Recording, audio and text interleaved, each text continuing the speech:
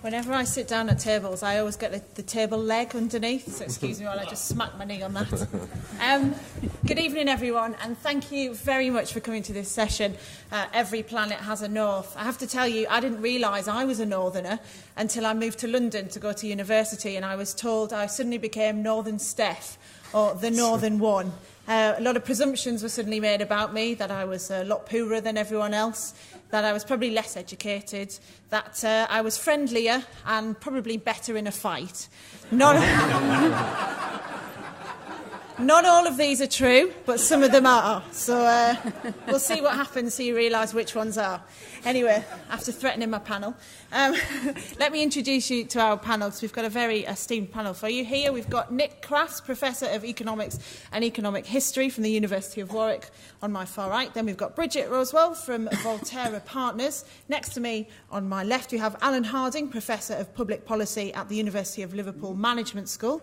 And next to him, Henry Overman, Professor in Economic Geography. Actually, they're the other way around. We've got Henry next to me. Henry Overman, Professor in Economic Geography from the London School of Economics. So what I'm going to do is just get each of them to tell you a bit about themselves and what they really think the North-South divide is all about. So, Nick, do you want to kick things off for us? Thank you, Steph.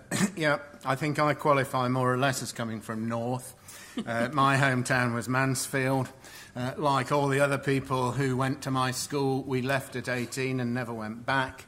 Mansfield is 364th out of 379 in the 2013 UK Competitiveness Index. All the coal mines that were there when I was a child and all the hosiery factories have closed, and not a lot is left. So I do have some sort of personal feelings about these issues. That said, my sort of professional interests have partly been in measuring economic performance and partly in understanding what is appropriate for succeeding in economic growth. And with regard to these issues here, two things I want just to sort of put on the table to start with, I think. One is that I think we need to be a bit careful that we don't exaggerate the North-South divide, notwithstanding my starting point. I think gaps in living standards are a lot lower than gaps in gross value added per person. And I think we also might want to think quite hard about whether we think real incomes are as different as many people believe. Nevertheless, I do think there's been a growth problem in quite a lot of the outer UK.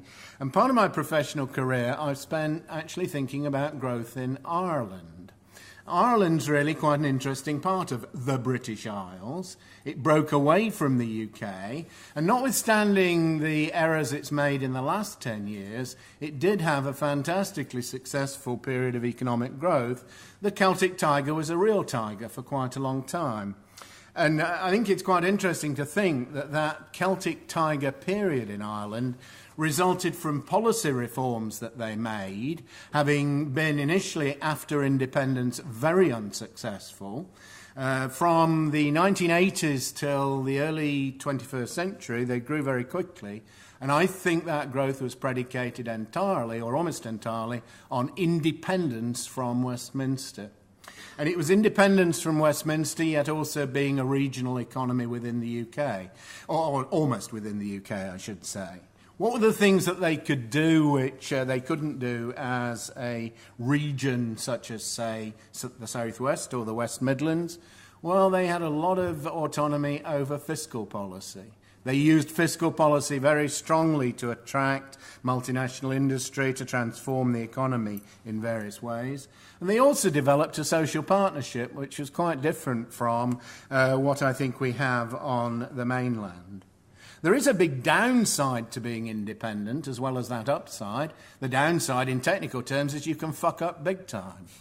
They've shown us that in the last 10 years. They actually didn't do terribly well in the first 40 years or so of independence. They made some bad choices. But the interesting thing is they did have the policy space to make either the good or bad choices. What might be the relevance for the UK today? Well, last week I was giving a talk in Scotland. All the interest there is, of course, in independence and in what might happen to an independent Scotland. Well, they would have some choices to make, quite interesting choices, some of which are not really available to them now. They could make different choices about industrial policy as well as taxation. They could pursue institutional reform as well as different policies. They could try, for example, to become an economy much more like Sweden than southern Britain. So I think one of the interesting aspects of being a region within a greater economic space is what kind of policy autonomy you have and what you use it for. You can use it well, you can use it badly, but it may quite well affect your growth performance. I think that's probably enough for an opening pitch. I think that's a very good opening pitch. Apologies for anyone offended by the swear word, though. I thought it was de rigueur these days. Well, Perhaps I listened to the wrong channels, Steph. Bridget. Well, when I was an undergraduate, certainly, I felt that my big disadvantage is that I wasn't working class. I couldn't say that I'd come from a deprived area with where the mines had all shut down, because I was a child of the suburban London. So I was middle class through and to my core, with parents who were in professional services. And I felt that was a distinct disadvantage, actually, because it was in the 60s and the early 70s, it was so fashionable to be deprived. So I feel that I'm here as the token middle class person, but I'm proud of that. And I think that the other part of that is this, what Nick was talking about, is this willingness or ability to make choices and whether they're going to be the right ones or not. Because in that period, I think one of the really important things is to understand the longer historical framework for North and South, is to think actually about what London is for and what London is about. And the book that is about to be, you're all welcome to have a drink and celebrate the fact that my book has been published. Well, it's the first one I've done in quite a long career, so that's quite exciting and quite scary for me too, is about the process by which change happens and the process by which those choices are made. And I don't think those are just policy choices, incidentally. And so I want to broaden that choice thing into the broader choices that societies and their institutions make, which are nothing to do with what a government does, and can be made just as easily within a country as for an independent country. So if we think back to the late 19th century, the 1880s, and you look around the great cities of the UK, one country, and you can see all the fabulous town halls, for example, that they built in Manchester or in Leeds or in Birmingham, Rochdale for that matter, all on the basis of the huge amount of value added that they were able to produce as a result of being able to sell the goods and services that they made, both within the country and outside it. And it's that mix of local, regional, national, international, which is the question of scale that you need to get right if you are to be a rich area. And I think that actually can transcend whether you, and actually the question of independence can be a diversion from the issues that you really need to be thinking about when you think about what makes a successful part, a successful area, a successful geography. And indeed, one of the things, the challenges that I might throw out to all of us as economists is, what do we mean by an economy? So how can you say that an area is distinctive or not distinctive? Clearly, the ability to make laws for it or policies for it would be one thing. And certainly the centralisation of that policy making has happened within this country, so that independent cities, Joseph Chamberlain in Birmingham, for example, was able to make decisions about municipal investment in Birmingham, raise the money to pay for power stations and various other investments in that city in a way that he wouldn't be allowed to today. I think we're moving back, actually, into a world where some of those freedoms will be available to cities such as Birmingham or indeed Bristol in the future. And that, if you like, community of interest helps to create the confidence and the ability and the willingness to invest, which gives you then successful firms making successful products and services which can be sold to other people both in and outside the country. Because after all, you don't want to be self-sufficient. Self-sufficiency is in fact poverty. If you think about the whole process of economic performance way back before the Industrial Revolution, and to think about even the Roman Empire, it rested on the ability of different places to specialise in different kinds of activity and then to trade those. And that is what creates a larger and a more successful economy, and then the technologies which you can generate as part of that becomes the bedrock of the ability to make wealth and then have something to distribute. I spent 10 years as the chief economist of the GLA, finishing Greater London Authority, so I've got that London focus. I finished that in 2012. But one of the things that we were very clear about is that wealth made in London was available to, and the taxes being generated by wealth made in London should also be available to the rest of the country, that self-sufficiency was actually a rather bad idea. I'll stop at that point. Thank you. Bridget, thank you very much. Henry. OK, well, while we're laying our cards on the table, I'm from Folkestone. But like the rest of the panel, I'm assuredly middle class now. So the flyer for this said there were two economies in the UK, London and the rest. And I think, that's not, of course, totally true, but I think it's an interesting starting point for thinking about the way in which regions, cities across Britain are uneven. So if you take income per person and look at the place that's highest ranked and the place that's lowest ranked in Britain, and I'll do this for 2005, which is sort of the peak of the boom and the crash that's come afterwards. The lowest ranked region, was Liverpool, with income per capita of 19,800, and the highest rank was West Inner London with an income per capita of about 44,000, right? So that's a little over twice that of Liverpool. Now, I'm sympathetic with Nick's point that real differences in income would be smaller, but I think that gives you some sort of sense of the scale. But the thing that might surprise you is that if you look at overall spatial inequalities in the UK, so stop just doing the comparison from London, which is a massive outlier, and start sort of looking across all of the areas as a whole, the UK is actually much less extreme than you would think. On some measures, we are more equal than Norway, Italy, France, Austria, Belgium, Portugal, and we're only a little less equal than Germany and Spain. So I do think a big part of the story is London versus the rest. Now, a big part of the explanation for these regional differences comes down to the economic performance of the different cities that sit within them. And, my take on this is there's two really big phenomena that are driving what we're seeing at the moment in terms of urban performance and city performance. One is that the structure of the economy has shifted towards activities that benefit more from urban locations. So that's the shift from manufacturing to services, but also the shift within services towards things like finance. And the second of which is, and actually you get a feeling for this as you walk around Bristol. I was an undergrad here 20 years ago, and it's interesting to see how it's changed. Some cities have become not just more important for production, but they've also become more important as places of consumption. And the interesting thing is that structural shift on the economic side has tended to benefit more skilled workers. And as a result, that means that the consumption and the production side tend to reinforce one another. So, what's going on in Britain fundamentally is that successful cities are those that are attracting higher skilled workers who in turn are making those places more successful. And I think that circular thing explains resurgence, relative performance, resilience. Now, that sort of begs the question, can we break down these spatial differences that we're seeing into people versus place? And as far as we're able, I should say that, it is the case that who you are matters far more than where you are. It's the most important determinant of your life chances, and it's the biggest factor underlying area differences. Now, of course, area differences play some role in this, and we can talk a little bit as a panel about what we think drives these. Being big is an advantage, being near somewhere that's big and doing well, being attractive, being lucky, all of these things. But fundamentally, London's success comes down to the fact that it's explained by the spatial concentration of our highest skilled workers in our most productive location.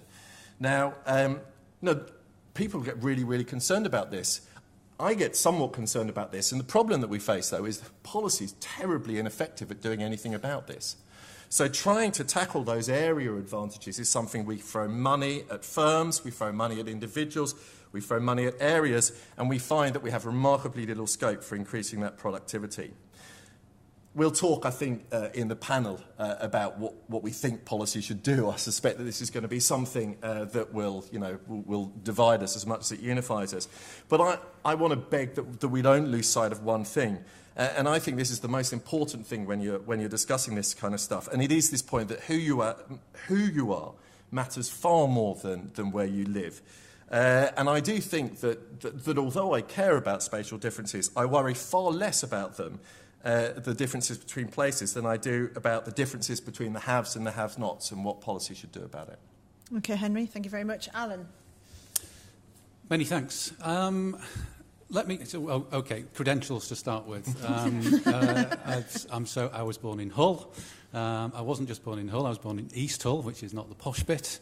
I went to a comprehensive school, and I managed to get from there to LSE and Oxford. I thought my working class credentials were absolutely fabulous and untrumpable until I met somebody at a conference a couple of years ago who told me he was not from my particular part of deprived East Hull, but the most deprived part of North Hull, which is called North Bransholme, not just Bransholme, North Bransholme. And he gave me a business card which said, Master of Space from Harvard University.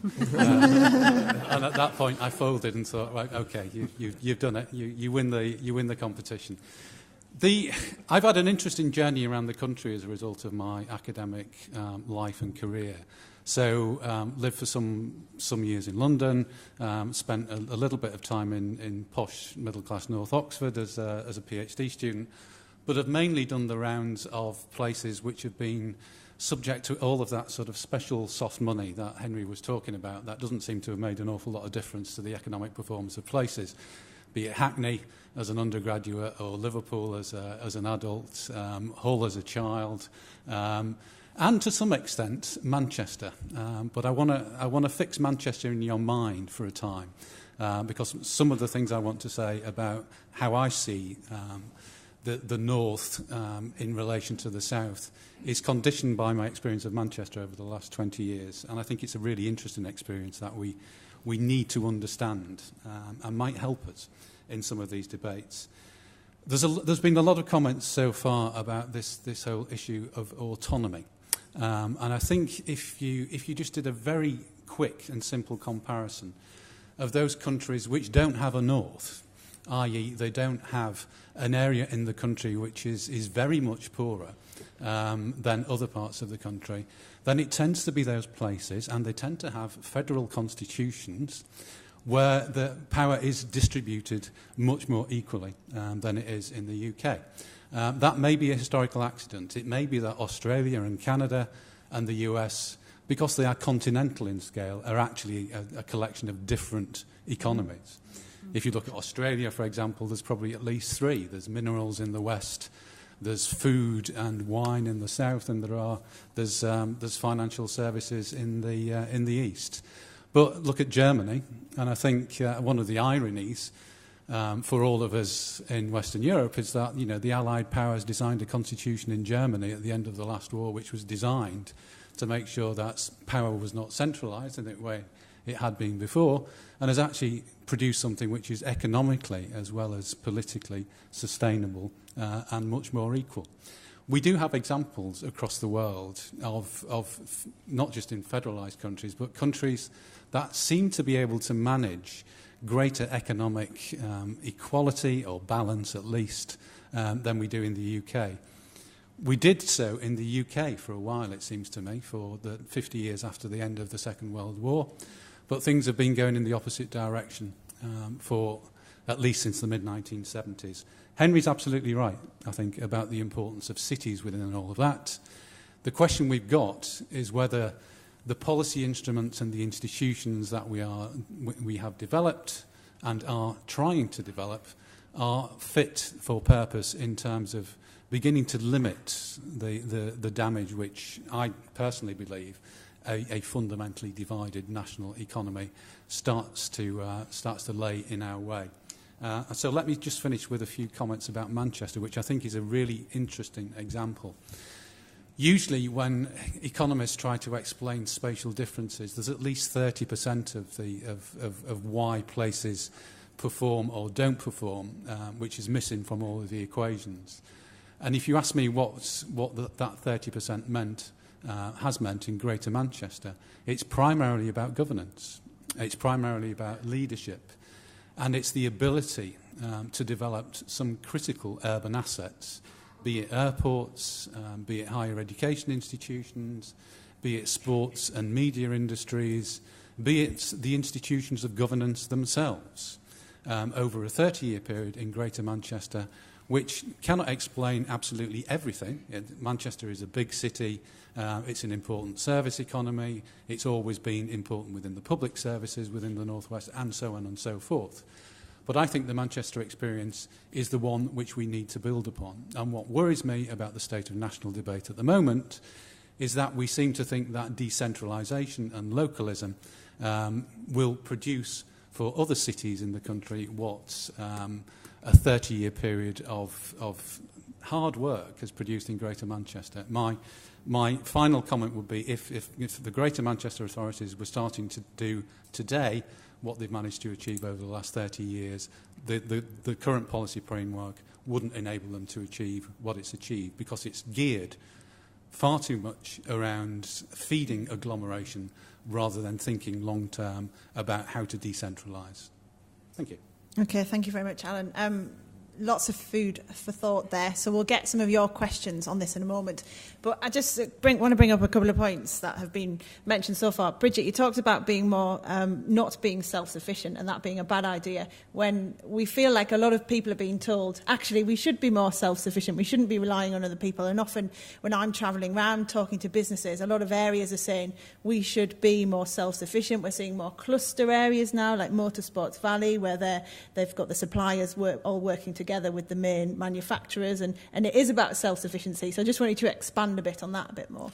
I think there's a big difference between saying you need to produce everything that you need to consume and for your population within a local area, and saying that you want your supply chain to be well integrated, which is really what you're saying with the motorsport example. Because what you're saying there is that you can produce better value for the product that eventually you're going to sell, after all, not in your local area. I don't believe that the motorsport production is sold to the local people. It's exported. It's sold worldwide, actually. So what you're doing is you're saying we can be more effective, more efficient, create more value, create more jobs and a better product for that international audience when we've got an integrated supply chain, and when we can do that really efficiently. And that happens in other cities. Manchester has thought about that kind of same thing in some of their areas of chemical industries and pharmaceuticals, and indeed high-end textiles that they produce. But that's not the same thing as saying everything's got to be produced and consumed within the same area. And as soon as you do that, you go effectively back down the value-added chain. And your starting point for that is peasantry, after all, where there's very little extra that you can make. So if you think about how an economy develops, it's all about being able to buy and sell, being able to trade what you're doing for what other people are doing. Okay, thank you. When we talk about the economy, you mentioned, defining the economy and the fact we're always talking about the averages. GDP is an average. We're often talking about, average earnings are higher in the south than they are in the north. The average cost of living is higher in the south than the north. Are averages actually quite misleading, do you think? Hi, Henry. They're totally misleading. A lot of my professional life is spent trying to convince constituency-based policymakers that they really, really have to think about the impact of the policies on the people who underlie all of this, and really to some extent stop worrying about the averages. What happens with the kind of thing that worrying about averages does is the following. You care about poor people living in some neighbourhood. So you go in and you gentrify that neighbourhood by putting up lots of posh buildings. And you succeed in driving average incomes in that neighbourhood up by getting rid of all the poor people to some other spot. So I think that, it's terribly deceptive. And the other sense in which it's deceptive is the one that Nick brought up, which is that, if you ignore cost of living between places, when you just think about these average income differences, you tend to hugely overstate the extent to which the disparities between north and south. And it is very, very important to keep an eye on this, because, my gut instinct is that probably it's got to be one of the worst things to be poor in London, one of the most expensive cities on the planet. relative to being poor in some other, say, northern city where the cost of living is much lower. So I think there's two senses in which just focusing on those averages is deceptive and misleading. Yeah.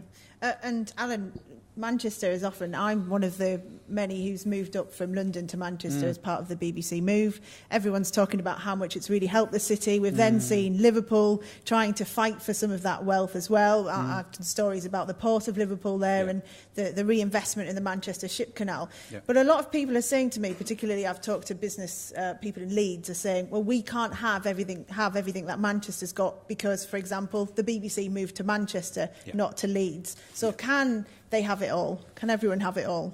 No, clearly not. And a part of a serious national debate is playing the politics of feasibility as well as the politics of pressure and chance and all of that. The BBC is a really good example. I've yet to see the research which demonstrates what the real impact of the BBC move has been. Actually, I've seen a lot of stuff about which, frankly, is not very useful, about the limited impact on local job take-up, for example. And yes, I mean, every institution needs to work at that, but the fact is that the BBC will be making a difference to Greater Manchester on a very big footprint, actually. It's about the way in which it impacts on housing markets, on a whole variety of inputs into what the BBC does. And I think I would imagine that the evaluation of that would say that has been a wholly worthwhile move and has had very positive impacts. The issue for me is, are we able to think creatively about what alternatives and different mechanisms for achieving some of the same things might be, by decentralising some things which might have an economic impact, rather than the sort of stuff we've done in the past, which is just simply transfer bits of the civil service into the regions. Yeah, and Nick, what do you think about that idea? Which idea? About decentralising and doing other things in other areas like Manchester, where you find other ways of creating that wealth. Well, I think the point Alan's been making, and if he is, I'm agreeing with him, is that dispersing everything very thinly is not a sensible idea. Because if that's what you do, you lose the gains from cities, from agglomerations, from people working closely together, the advantage of having many of the right people in the right place. So I guess a regional balance across the UK would involve most regions having a successful city. It wouldn't involve spreading everything out so that the density of economic activity is approximately the same throughout. I think we have to accept that we're going to work around concentrations of individuals, and I think that's where Henry and Alan started from in talking about the importance of a city. But we could have many successful cities, and Bridget, that's presumably... you want to add to that? Well, I was just thinking about all the examples over the last 30, 40 years where people have said, let's move an activity X to city Y. And if the move of the BBC to Salford is indeed a very successful one, which has created a lot of spin-off, that will make it a record, because most of the others haven't. Yeah. And in fact, all that they've done is created little enclaves of higher value people who then spend a lot of their time back on the train to London and don't actually create an internal dynamic, because that's what you need. You need something which creates the internal dynamic where they're spinning off other things and other activities and other possibilities. Bristol has a specialism for the BBC in wildlife films, and the wildlife film unit has been here for, I think, several decades now, and has created some kind of spin-off around that. That's unsung, because it just kind of probably happened to... it's got seeded by a small number of people and has grown out from there into all of those subsequent benefits. And that probably does create some additional value, and maybe the Salford move will too. I think it's a bit early to say.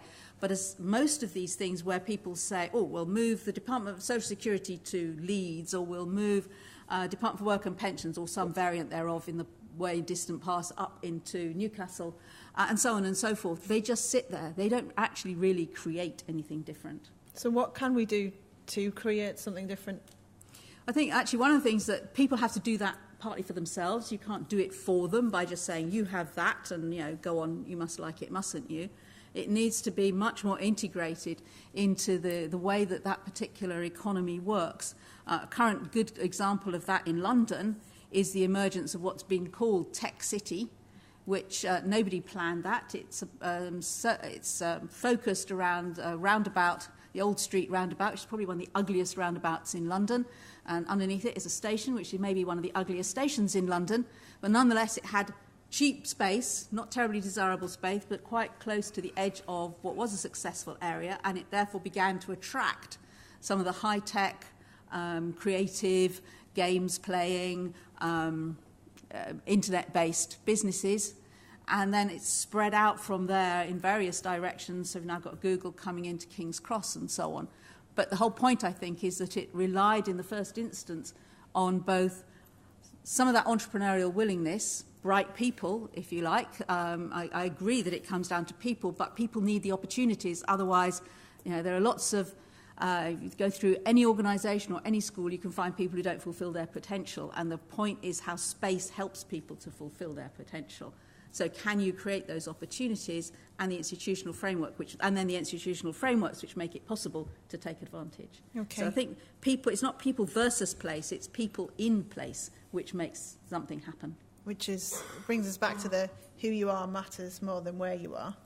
But who you are matters only because of where you are. They're intimately related, I think. Well, they are, but I mean, Bridget, the one thing I always think with this, I think for people like us, I grew up in Folkestone. If I'd listened to the politicians, I shan't say who my local MP was, something of the night about him, and there's a clue. If I'd listened to those guys, talking about the fact that they were going to bring opportunities, etc., I could have stayed there and done, I don't know, driven a forklift for the local factory or whatever. And, it was, for people like us, getting out, or Nick, getting out really, really matters. But actually, I'm afraid that, lower down the skill distribution, it's actually, I don't think that getting out makes anywhere near the difference that you would think. And I do, and I think that sometimes we lose, because so many of us have benefited from that getting out and going somewhere else, we tend to sort of lose sight of the fact. I mean, one of the things that really struck me about Manchester and working with them on their economic plan was that in the end we ended up with a two-pronged strategy, one of which says, look, some of this is going to be at the higher end. It's going to be about trying to take advantage of Media City. I share your scepticism on that, by the way, Bridget. But, trying to do some other things at the higher end. But we've got to get in early years. Got to do something about the lower tail. And actually, although I wasn't able to be here this morning, I think this was a topic that came up this morning. I mean, something that Britain, is just doing spectacularly badly on, that I think explains a lot of the trouble that we are still in on these spatial differences, is that just for the lower tail of the educational distribution, we're just absolutely failing to get standards up for them. So I think for people like us, these opportunities and things matter. And actually, I would like to see us having more than just one place that offered these opportunities. I'd like to see there being Manchester, Birmingham, Leeds, perhaps Bristol, offering these opportunities. But actually, for a large chunk of the population, I really think the focus is on individual skills and improving those educational outcomes. Do you want to come back on that before we open it out to the floor? Okay, I absolutely agree that skills matter, and particularly the early years matter. Completely agree with that, and that opportunities need to be available. But then I think in some ways you're saying the same thing as I'm trying to say, which is that it's also a question of being in places. I don't think necessarily people want to move, and indeed work I've been doing in Newcastle, for example, is all about trying to make sure that people want to stay in the place where they've come to university and so on, or indeed the place that they were born, and not have to move away to make those opportunities, not just for them who could move, but that also makes then the opportunities for the people who, at the bottom end of the tail and who might not be able to or indeed want to move. So I don't see those things as being separated. What I do see is that there's a feedback mechanism, if you like, between the skills you've got and your ability to use those skills at whatever level of a skill, ability, educational distribution that you're at. So it's that kind of integration which I think we need to look at. But I absolutely agree about the need for early skill investment. Okay, well, let's open this out to the floor. Would anyone like to ask a question to our panel? The gentleman in the far corner, thank you. Yeah. Could we put the lights up? Yeah, do you think we'll So just we get the can see microphone round to you? I don't know if we can. No. Does help. It seems to me London is having a problem. The problem is you've got a problem of double whammy, so to speak. Because if you look at other global cities, from Mumbai to Zurich to Frankfurt to Brussels, they're all financial cities. Wall Street, New York, financial city. And then you've got the power, political power in DC or in Berlin. Berlin is not as rich as Frankfurt is. Bern is not as rich as Zurich is. Beijing is not as rich as Shanghai is. But in London, you've got the case of Wall Street and DC both in the same place. So you're bound to get these massive differentials between the capital city with financial services and the seat of the government and the rest of the economy. So it's very difficult not to have a regional difference. So you think the politicians should be in a different place from where the financial services are? Well, that would help. Does anybody want to? Alan? I mean, there's no doubt it does help. The dilemma we face, of course, is that, we do have London here, and I don't think there's any immediate prospect of transferring Parliament out to Barnsley. So, as has been suggested. I'm not sure Barnsley would want them. Perhaps Bristol does. But sorry, go on. No, but I mean, there is a sense in which both Alan and Bridget picked up on a way in which we can achieve that without necessarily thinking of having to move central government out of London. And that is about the balance between local power and central power, where, part of I don't think there's anything we can do about the fact that central government, the seat of central government and the heart of our finance industry sit together, because breaking either of those is terribly problematic. But what you can do is worry about the fact that we've got that, and then we're one of the most centralised countries. And I think that thinking about what we could do on that final thing is actually about the only thing we can practically do about how to break that link. Certainly the record of trying to move capital, the governance part, out to new cities is not a good, not a pretty sight, actually. Brasilia, Canberra haven't really taken off as successful cities. So I think let's make an advantage, let's make it work, that we have an integrated business. It is actually quite interesting. There's the City of Westminster and there's the City of London. They are, in fact, separate cities. They just happen to be very close together. We'll just get it's the a very different history in Germany, after all. Berlin was the financial centre as well as the governance centre before the Second World War. It's quite a recent phenomenon that they were separated. Okay, let's move on to another question now. Would anybody like to ask another one? Yes, this lady on the second row. Thank you. I'll just get the mic to you. So I'm Emma. I currently live in Bristol, but I wasn't born here. In fact, I was born in the outer bits of Manchester, but I left there at an early age. I'd really like to hear more about Manchester. Do I get you right that something was done differently there in the 1980s? Perhaps a long-term view? And could you say that there's a Manchester model? Is there any other city that has tried to do what Manchester did? Alan, do you want to pick up on that? Yes, the history the claim which Manchester can quite genuinely make now, I think, is that insofar as there is an outlier within the north, in the way we've been speaking about it this evening, then it's Greater Manchester. And the issue is, how do we explain that difference? So, Manchester's growth has been, compared in the boom years to that achieved in the southeast of the country, it's one of the most successful cities outside of London, obviously.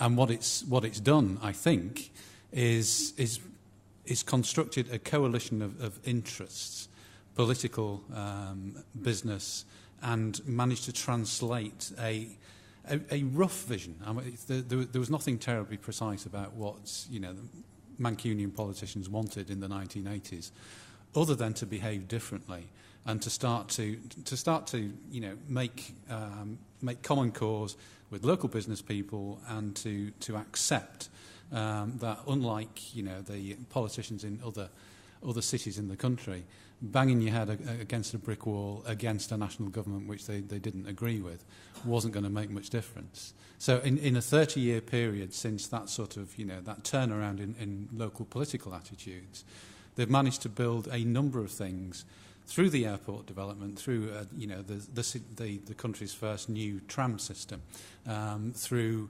sports and media developments, through a whole range of through regeneration programs. Hume in Manchester is a really good example of regeneration programs. There are many strings to its bow, which over the years it's managed to draw the rest of the Greater Manchester family of local authorities into. And it's now a very powerful voice for change. It's to the extent that we're now having a debate about the importance of autonomy for cities. It's partly about what we've done for our national capital, which is more than we've done for any other city, incidentally, in terms of institutions. But it's also about the power of the voice of Manchester within the core cities movement. So I think Henry's quite right. We're at a particularly crucial juncture now in terms of learning the lessons from places like Manchester, which I think other places are a little bit further behind. But there is now a sense nationally, and not just in places like Greater Manchester, that putting some real resources and powers back into our principal cities is the only way forward, actually. One of the things that they particularly said was the main lesson there was that in the mid-80s they realised that there weren't going to be just arguing, as you say, for more money, for more handouts wasn't the answer. You had to get off and do it for yourself and attract the inward investment, attract the specialisms, build on the advantages that you've got and your distinctiveness in order to be successful on your own terms and not somebody else's.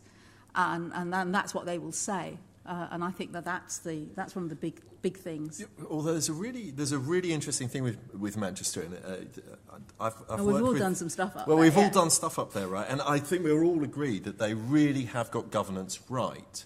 But the interesting thing that I can never really decide with them is whether the fact that they got governance right meant that they just didn't cock things up. A slightly less extreme version of that, the Nix line. That I can't sort of figure whether it's just that they didn't make horrible mistakes. So they were, some of that was luck. There were plans to do something that looked like the bull ring, and they didn't do it because Birmingham got there first, and then everyone thought, oh God, actually that's pretty horrible.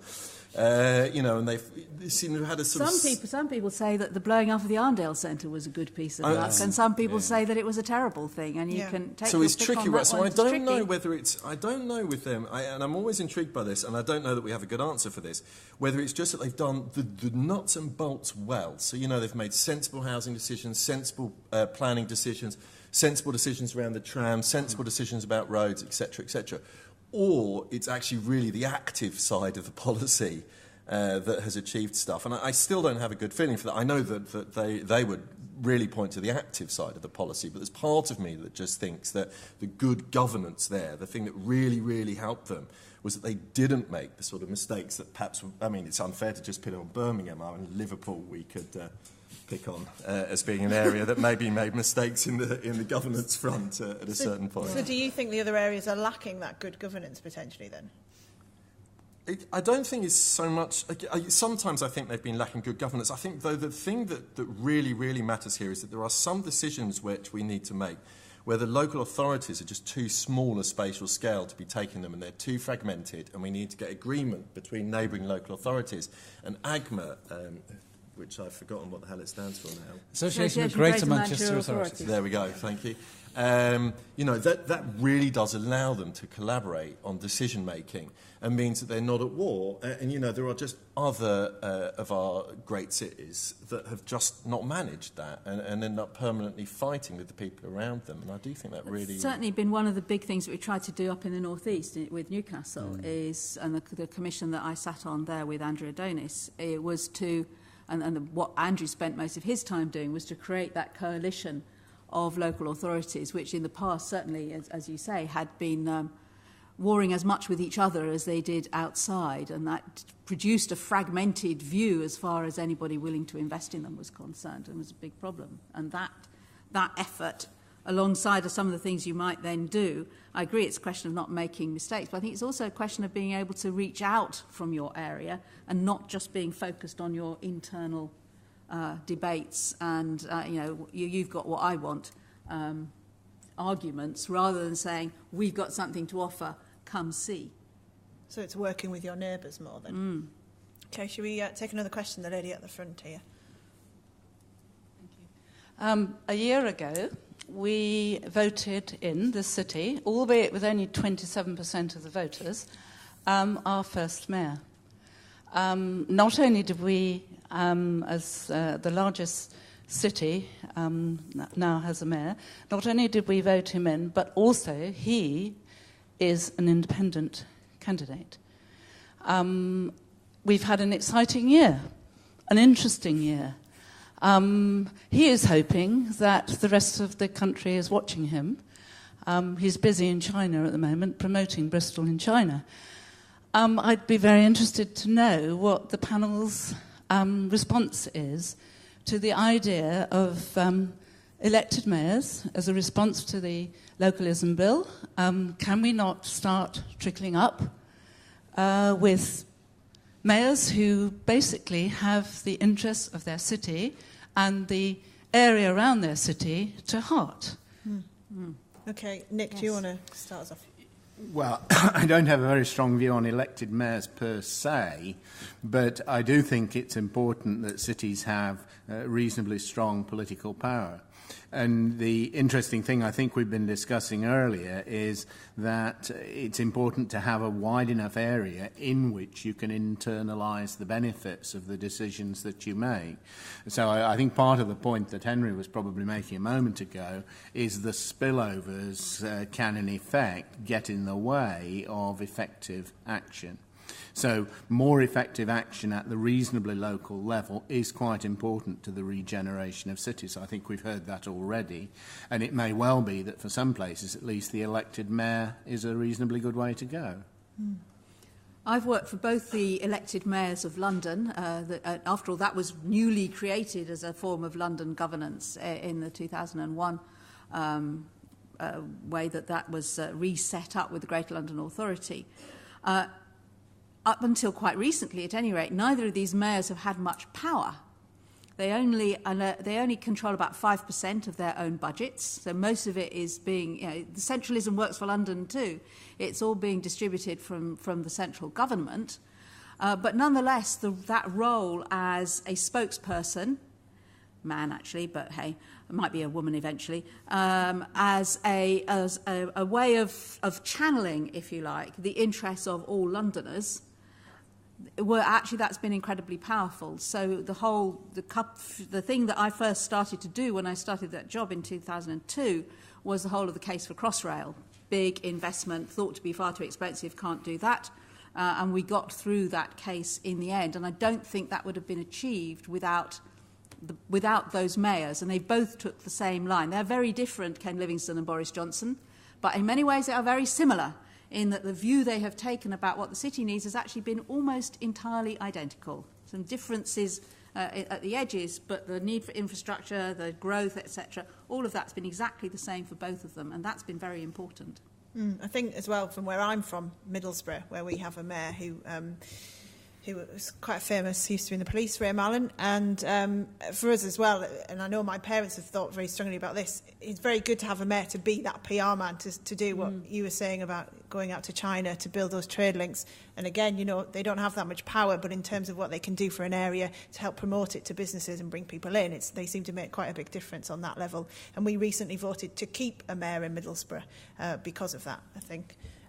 Do either of you have any thoughts on that, Henry? Well, I mean, my only thought on that is it probably works all right for Bristol, but I think a local authority mayor for Manchester would have been a real problem, because I think, that thing that we were just talking about, that the strength, comes from the AGMA, it's 10 local authorities, and I do think the coalition made a big mistake going for local authority mayors rather than metro mayors. And fine, it probably doesn't make an issue actually for Middlesbrough, and it might not matter so much at Bristol, but it does start to matter when you get to Birmingham, to Liverpool, to Manchester, to the bigger cities, and I really think that was an opportunity missed.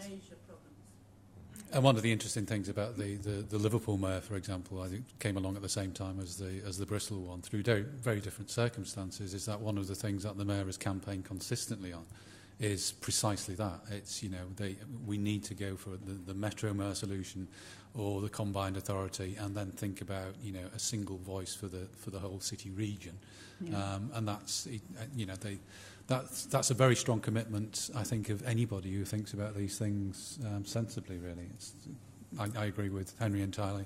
Yeah. That the single local authority mayor would make no difference whatsoever in Manchester. I'm keen to get through some more questions. The gentleman at the front who's just popped his hand up.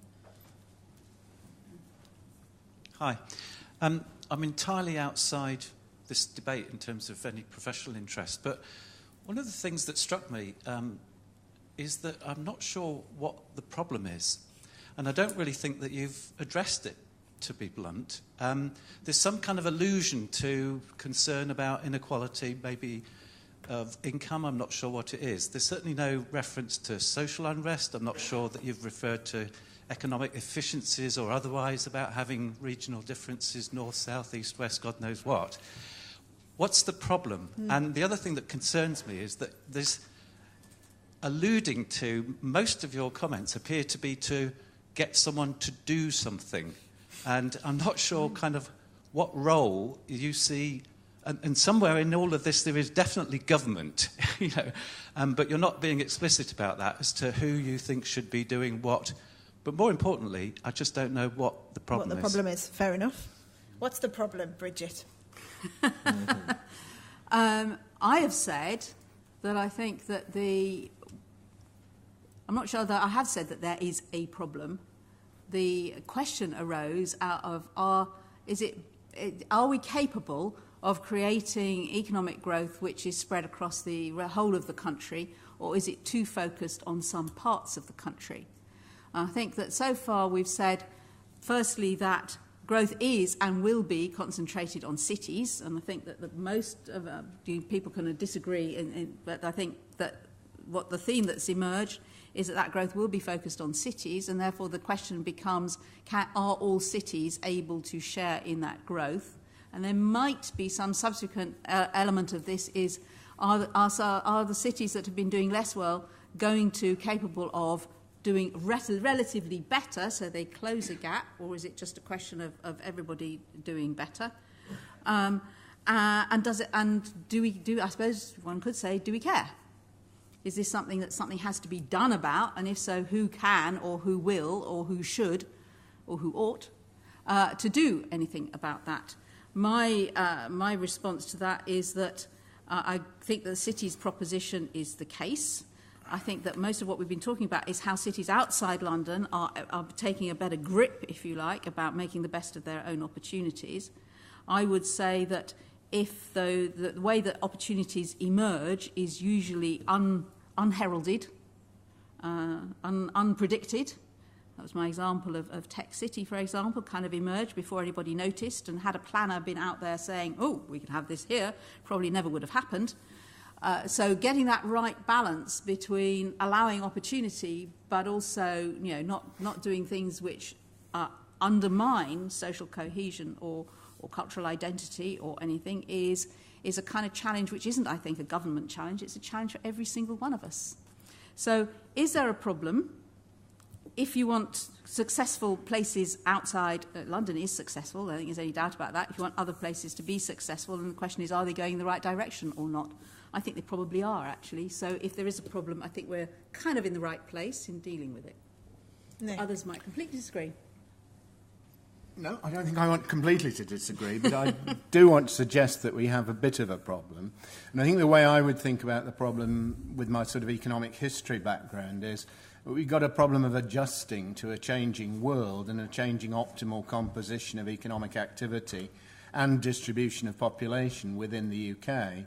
The change to a more service-based economy, the demise of some of the industrial activities I was hinting at from my youth, that involves some people now being in the wrong place, essentially. It involves, I think, in the medium term, a rebalancing towards the southeast relative to the rest of the UK for the optimal use of resources. And here's probably where the link is with Bridget. Are we managing that adjustment well? I'm not sure we are. And the contrast between now and the 19th century, which I've spent a lot of my professional career researching on, is that the adjustments of where the population is are taking place more slowly and less completely. I think one of the reasons for that, and the sort of thing that we need to think about, is actually, are we regulating that movement too tightly? Are we, for example, a country with too much land use planning or not the right sort of land use planning? Are we a country where, seen from my hometown, the insiders manage to an extent to shut out the outsiders from the moves they would make in a more market-orientated economy, which I think is probably partly what Bridget's hinting at. And this is a question in a way for my fellow panellists. I wonder if we aren't working quite strongly against a big headwind of globalisation. From the history point of view, the points at which London has dominated the most in terms of all these regional aggregates have been the periods where there's been financial globalisation. It was true before the First World War. It disappeared after the Second World War to quite a large extent. It's back again in the last 25 years. But in a sense, I think what I'm asking for is a chance for more of the citizenry to share in London's prosperity. And I think that involves an economy which can do this adjustment process a bit better. That's a slightly different framework from the one we were looking at within citizen governance. I think there are some issues there. Would you agree, Henry? So, let's start with the problem. I mean, my view on this, which just differs from some, is that most of these sort of divides are just the spatial manifestation of individual income inequality, etc. And so, I worry about it as a symptom of the fact that, we've got haves and have-nots and a very unequal income distribution, unequal educational outcomes, etc. But I actually personally don't think it drives those things very much. So I worry less about that than some people do. I worry more about it as a symptom rather than a cause. The area where I do worry about it is precisely Nick's point, and I actually thought he put that pretty well. We're not really managing the adjustment very well. We've basically taken the sort of urban footprint that we inherited from the Industrial Revolution, and then we've just about done everything that we can to try and keep it in aspect. And I do think that has long-run consequences for the growth performance of Britain, because I think that there is a sense in which we need some places to decline and other places which are growing to sort of succeed. But, it becomes really difficult. I actually chickened out of saying this so that we could have this in the discussion rather than saying it in my precursor comment so that not everyone in the room would hate me, which is, I just think that we have to have much less focus on trying to turn around these declining places, which we just, do everywhere, and much more focus on building on and sharing the benefits of success. And there we really, really struggle with it. Now, Nick hinted at the land planning system. If you've never looked at this, the numbers on this are amazing. Since 1970, we have experienced 4.5% real growth in house prices every year in this country. Now, what this does is just price people out of our most successful areas, not people on this panel, but other people that we should be worrying about. So I think that it's really that adjustment and the way we're going to it, and it's really, really politically poisonous. Because, when you start to sort of say, look, I'm not sure actually we can turn every place around, constituency-based politicians hate that, but so also do the poor guys on whom that burden of adjustment is going to fall, which is the people that currently live in these places, where it's very difficult to envisage what the future of those places look like. And if you want to know how hate-filled it gets, when you should just look at what happens when people put out there those kind of comments. My colleague Tim Loynig, who maybe put it in a slightly more forthright way than I've just done, got hate mail saying you're a paedophile, I hope you die. as a result of trying to just have a sensible debate about this. So, as soon as you put these things out there, it becomes very, very politically difficult to have a sensible debate about what we're trying to do and how we're trying to help people. Well, if you're saying that you shouldn't turn places around then that are declining, what do you see happening to them? But, so, People will leave, and the difficulty with it is this, right? So, if we had a policy lever that we could pull that would turn these places around, I think we should be spending our money and pulling that policy lever and doing it. But I'm not sure that we do. And what happens if we don't pull it is that we just keep promising subsequent generations. I'll come back to the personal one, which I always try and rescue myself with at this point. It's like the Folkestone thing.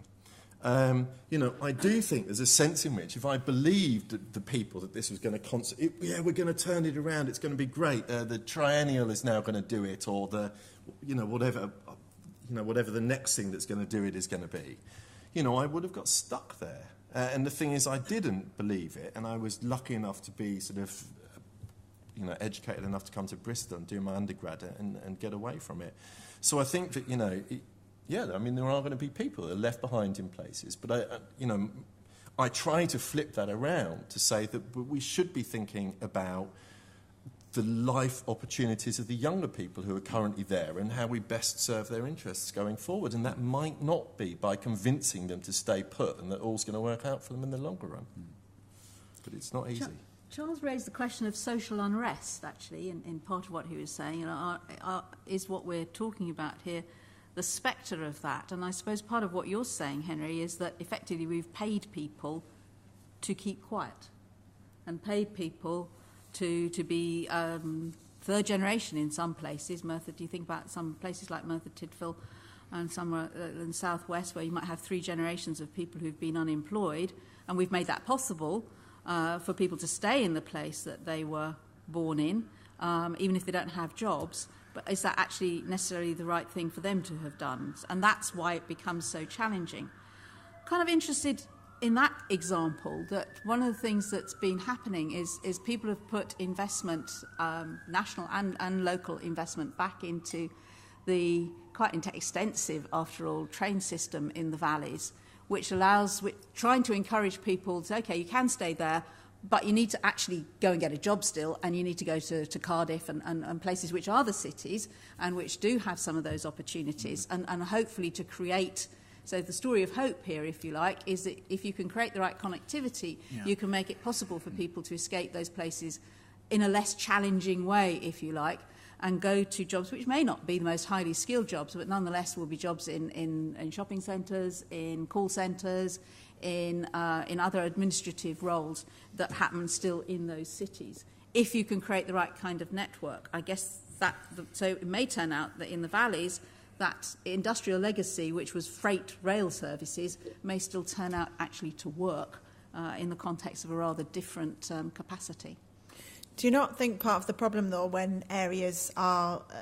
people try to turn them around, is the problem is that they've got it wrong in what they've been doing, because people have been deciding how to turn an area around, have maybe spent a load of money on a sculpture thinking that's going to motivate everyone in the area. And that's why, because where I'm from, in Middlesbrough, if you said to the people there, we're not going to help you because you're declining and we don't think you should turn around, it should be turned around, that would understandably upset a lot of people.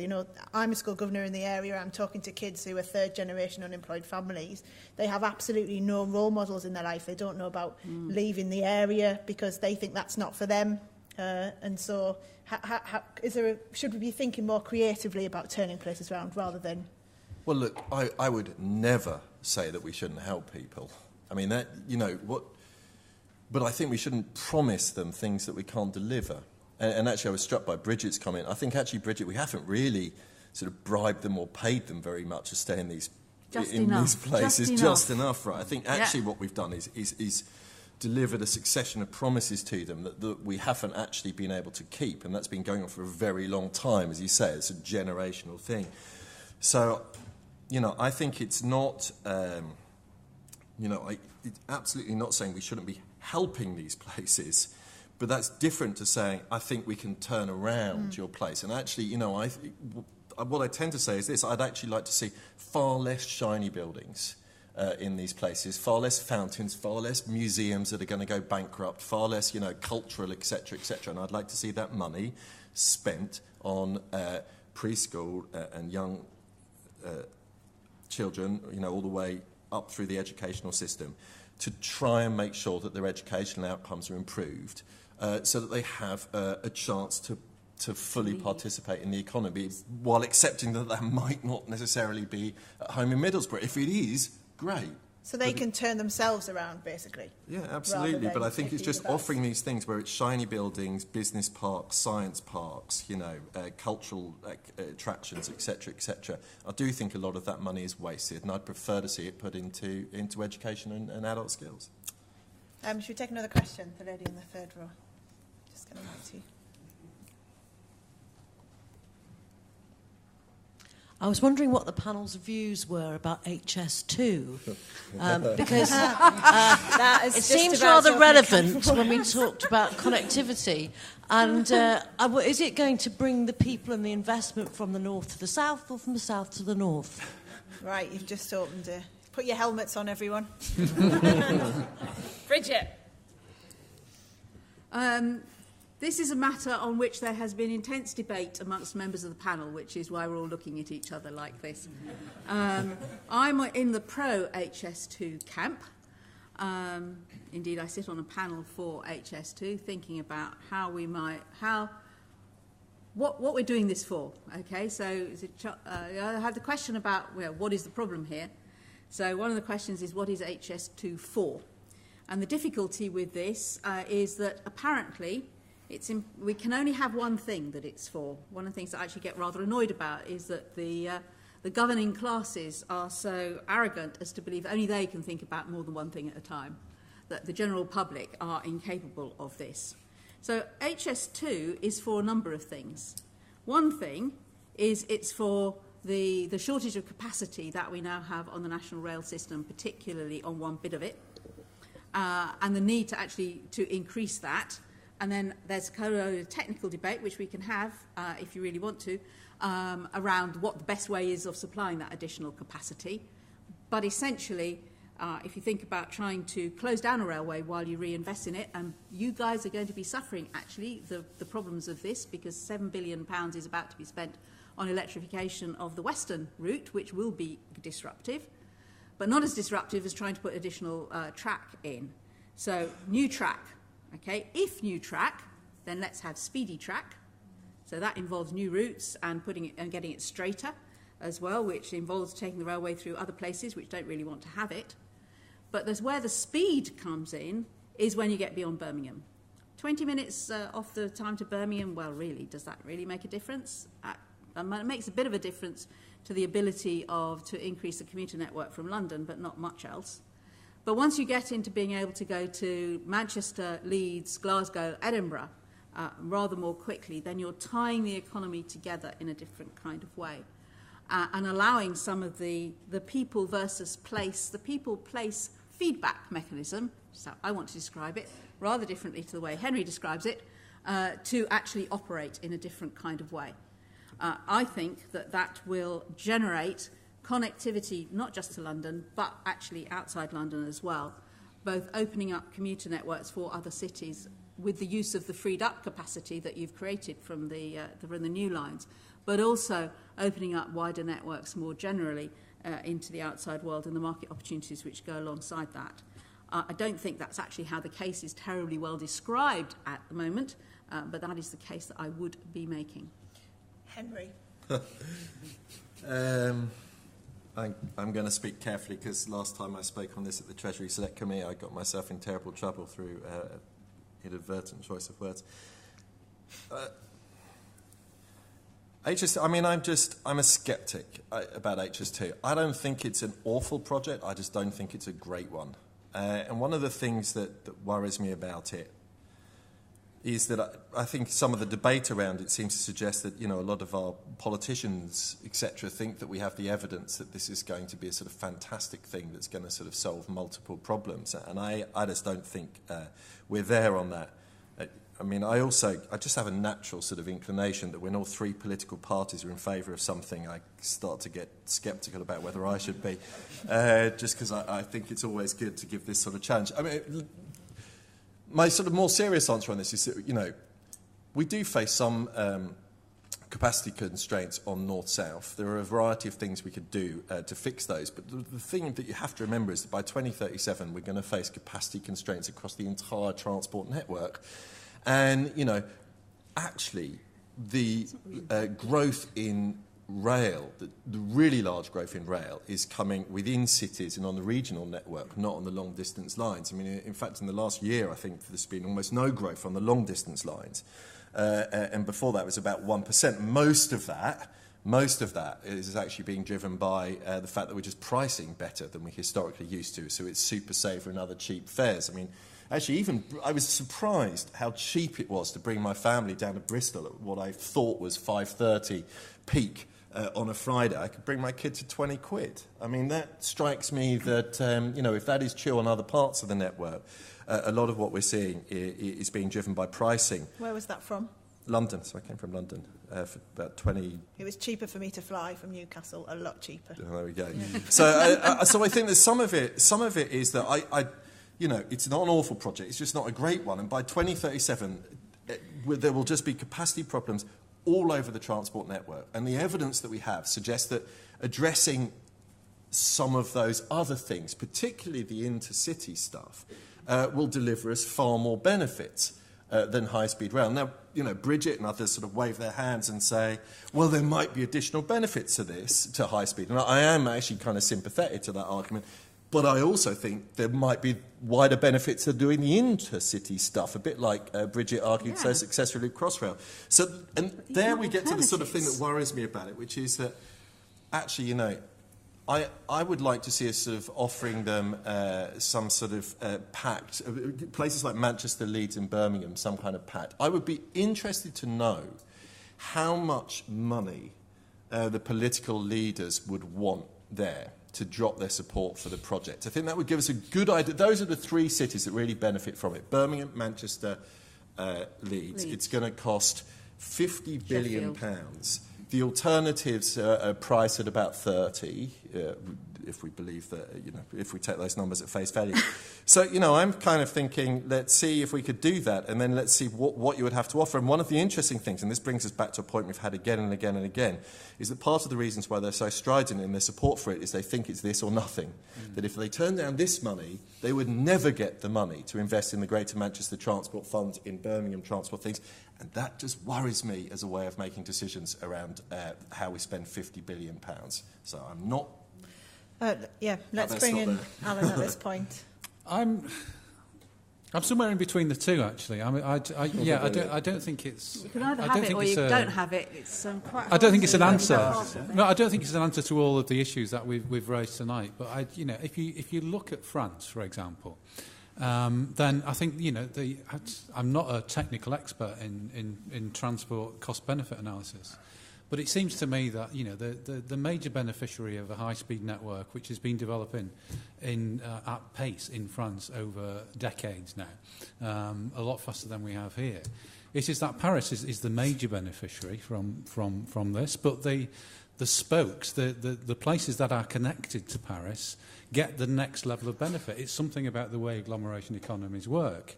And if you're outside of the system, then you're likely to be relatively less privileged by it. You're likely to lose something out of it.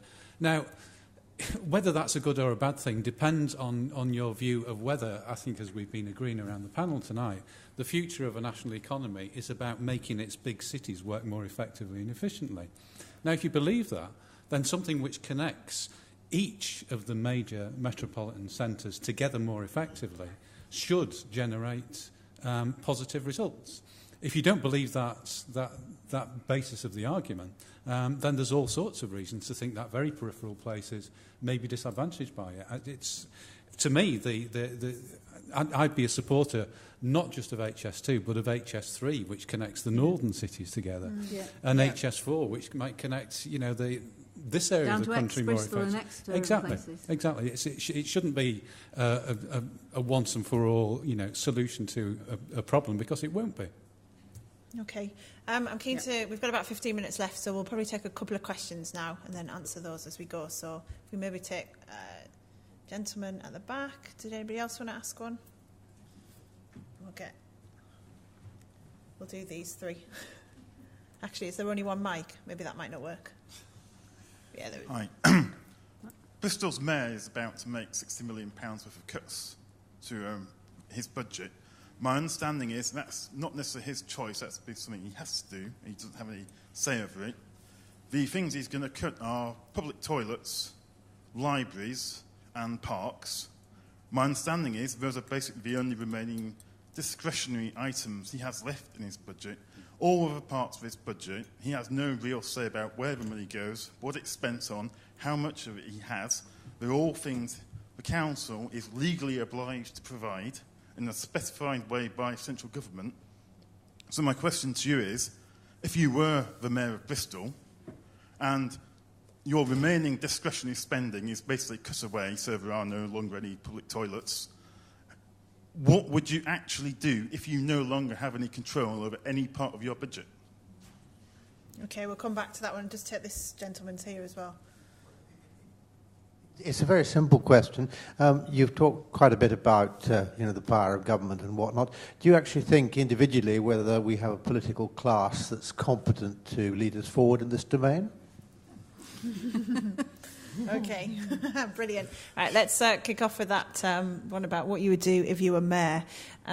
Nick, what would you do if you were mayor and you didn't... Seems like the situation is hopeless, but it isn't serious. In the sense that if we've got no degrees of freedom to take any action, then it doesn't really matter if I'm mayor or not. I think the way to translate that question is to say that actually, as I think the discussion was touching on earlier, what's needed is something which is closer to, for relatively large city regions, 19th century powers for British cities. And that would then allow some meaningful choice set to be explored. Because I think the point of your question is to say there's not much to choose about. Is that anything? One of the other things you could be doing is campaigning for what's known as the single pot, which is at least the ability within all these things which you're given that you can't do anything about, the ability to move that spending around, so between, say, children's services and adult services, for example, and that has been done successfully in some cities. Okay, let's move on to the next question then about the confidence in the politicians. Do we think they're competent enough? Henry? I love the way he was like looking either side of him then. Please, not do you want me. to look in my lexicon of swear words? Actually, I'm going to answer this into... No, I was thinking carefully there. Actually, I would not be a politician, but I would not have people like me making the decisions that politicians have to make. I mean, I do fundamentally believe in the democratic process. I think we can argue about whether or not, we have people that are particularly good at the moment or not. But actually, there is a sense in which that when you're confronted with terribly difficult circumstances or terribly difficult choices, it's hard to get it right. And actually, it's fine for people like me to sit behind. But even actually on HS2, for example, my line on that is that I'm there to try and advise government about the information that we have. But it is fundamentally government's decision. It's not. You wouldn't want a society run by me. I'm fairly sure on that. But the thing that I would say on this, which is a little bit more sort of specific to what we're doing, is that I do think stronger local government, which allowed for effective experimentation, where there was feedback from success to the local tax base as a result of a reformed taxation system, would improve the quality of governance in this country. Because, we would have... I do think we actually have quite a competent central government compared to many central governments that we could have out there. I'm not sure I'd swap ours for many.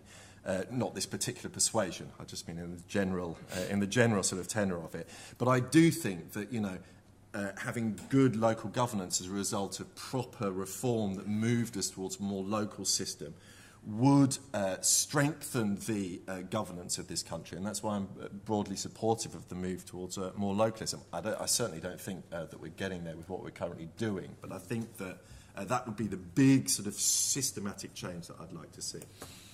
Yeah.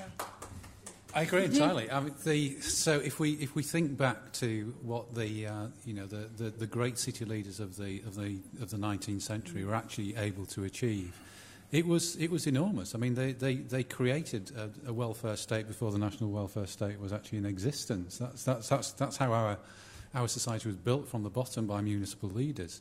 So whether it's the creation of utility companies or telephone companies or sewerage systems or the practice of public health or whatever it is, that all came out of municipal decision-making structures which we created. Then if you roll forward to where we are now, it is not that surprising that people complain about the quality of municipal leadership when the degrees of freedom and manoeuvre come down to do you want to close your libraries and your leisure centres or just your libraries? And that's exactly where they are. Make no mistake about it. The municipal leaders, particularly of big cities, are now talking about they can't go bankrupt. It's a fallacy that a UK local authority can go bankrupt. It can simply run out of money, which is different. So what will happen at some point is that one of the major authorities in the country is going to get taken to court for failing to deliver some of its real statutory duties on environmental health or adult or children's social care. And at that point, the proverbial will hit the fan. I'll try not to swear to complete the round of the panel. The level of cuts which is being asked of local government at the moment is completely unsustainable. Everybody knows this who's working in a municipal authority, and there is a conspiracy of silence, thinking that we can somehow get through the next election and everything will come right. It's simply not the case. We need to tackle that issue front on, and I think that's where the debate between now and the next election is going to be, frankly. But it's also about we get the politicians we deserve, don't we? So that if we make it easier for people to get involved and to generate their own political views, maybe we need more political parties. Maybe we need to start up and have that revolution from below in the municipalities and have the confidence to go out there and set it up. I certainly don't want a country which is run simply from central government, let alone by central bureaucrats and technocrats like myself and Henry, who come up with all those clever pieces of analysis, because it should be a democratic process and it should be a process which people are capable of getting involved in and of understanding. So I think that it's up to us, really, to get out there and do something if we think it needs to be different. Lady at the front had a question. If we get a mic. Does anybody else want to ask a question? We've got about 5 minutes left. So, yeah, and if we can get a mic to the gentleman far end. Thank you. I accept there's always been a London and the rest divide, but I do have concerns about the London we seem to be developing at the moment, where you have increasing removal of the poor to the outer suburbs, purchasing of what new houses is being built by foreigners who often don't actually occupy it particularly, and the ramifications as it spills out of excessive housing prices from London on the regions such as the southwest. And I wonder how we're going to deal with that and the degree of lopsidedness that that's creating in this country. Okay, and gentleman at the back, do you want to ask your question? Yeah. We talked about rail connectivity and how that helps the economy. I was just wondering if the panel think that internet connectivity can help as well in the dispersion of wealth, so allowing people, for example, to live a long way from where they work and making that sort of connection between working and living in the same place not so necessary in the future. Yeah, okay, thanks. Bridget, do you want to start us off on this idea of the lopsidedness of London and what we can do about it? I think that the spillover from house prices in crowded places and places with insufficient permissions for new build is a problem not just in London but in some other cities as well. But I agree that it's most apparent in London. And unless we can make more capacity available, I do have one solution, which is we close Heathrow and move it into the estuary. so that we can then put a lot more housing into West London and the London Borough of Heathrow, but that's not popular in all places. But it would certainly be one help to all of that. I think that the problem of the kind of touted problem of foreigners buying places and not living in them is actually much more apparent than real. So talking to many of the developers of new property in London, and I was talking to one just a couple of days ago, they would say that although some of the new build will in the first instance be bought by somebody who is not already living in London, most of them will then rent them out. Very little is then left empty, except some of the very high-profile ones, which then get the press coverage. But that is, he would argue, a problem which is much more apparent than it is real. But there is a problem in terms just of the total building. So that and the question of internet connectivity. Yes, one of the really interesting things about for new forms of connectivity, and we've done this before actually, and said that with say telephones and so on, that people would be able to live further away from where they worked. Generally speaking, it doesn't happen. So that people want all that additional connectivity, and that allows them to live further away, possibly, and to spend a little bit of their time not coming into the office. But actually, as human animals, we tend to want to get together, and the more forms of communication we have devised that enable us to get apart, actually, the more we get together. So as more forms of communication, both rail and air and so on, nonetheless, half the population of the world now lives in a city. So I think that they tend to come together. They don't drive us apart. Henry. So I'll reiterate what Bridget said. The foreign purchasers thing, the media's just muddling two stories. One of which is the super prime, 2 million plus, where we possibly sell about 40 a month, and about 52% of those are going to foreigners, some of which are left empty. Whether you think that's a good thing or not, you'd really need to look at all of our rich people buying stuff elsewhere to decide whether on balance this is a major issue. But I just don't worry myself too much about what's happening for property prices for people that can pay 2 million plus for a house they're not going to live in. And then you need to separate that out from the guys that are buying the new build.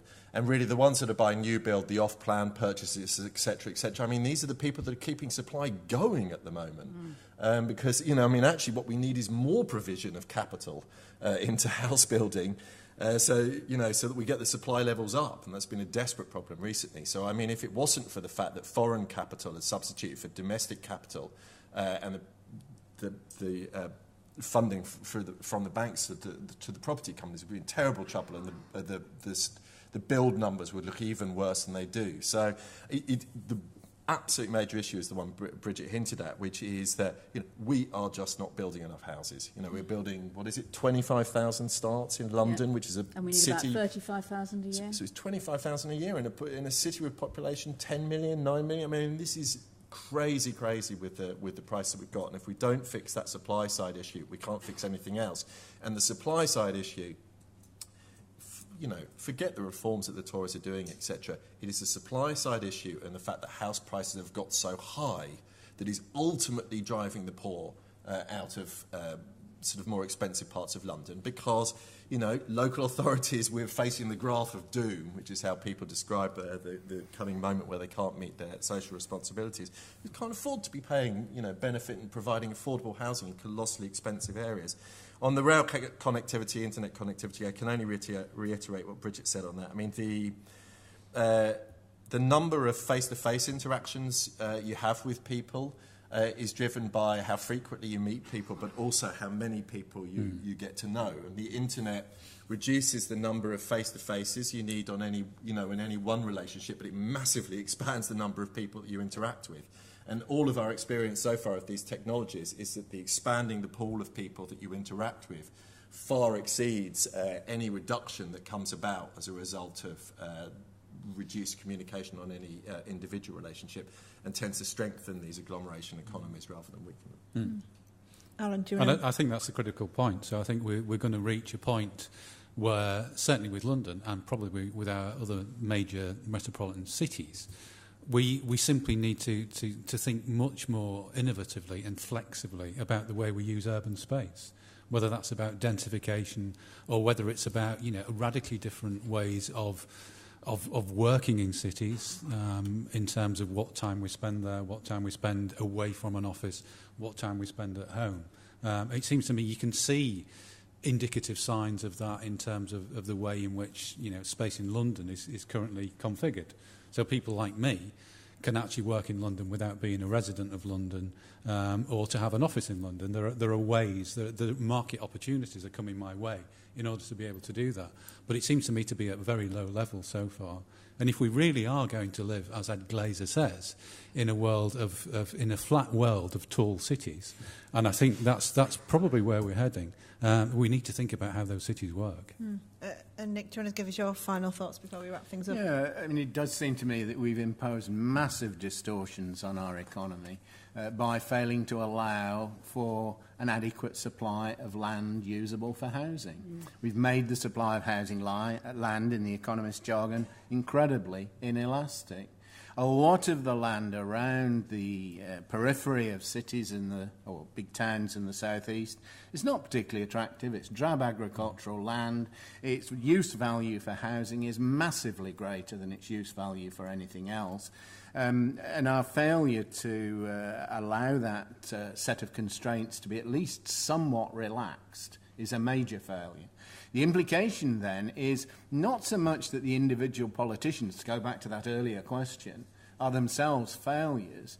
We haven't got the right incentive structures in place. Politicians respond to incentive structures.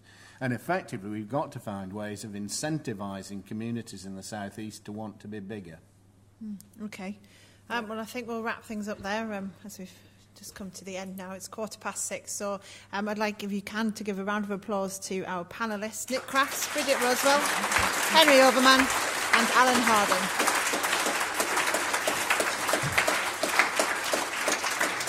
Thank you, and can we thank Steph McGovern as well for chairing it?